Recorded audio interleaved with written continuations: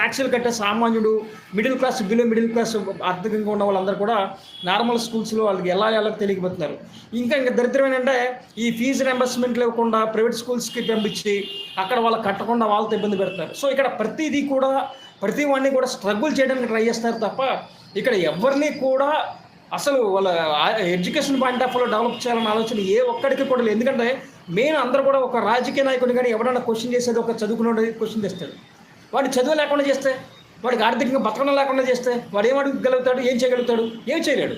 ఇప్పుడు నేను ఢిల్లీ వెళ్ళి ధర్నా చేయాలని కూడా చేయలేను. ఎందుకనే ఇప్పుడు ఇక్కడ ఉన్న సిచ్యువేషన్ బట్టి సెంట్రల్ సిలబస్ చేయండి రా బాబు, ముందు ఫస్ట్ మారుతుందంటే చేయలేను. మన బ్యాక్గ్రౌండ్ శక్తి లేదు, ఆర్థికంగా లేదు. ఎందుకంటే ఇప్పుడు ఎడ్యుకేషన్ సిస్టమ్ మొత్తం మారిపోయింది. కంప్లీట్ దరిద్రం చేస్తారు.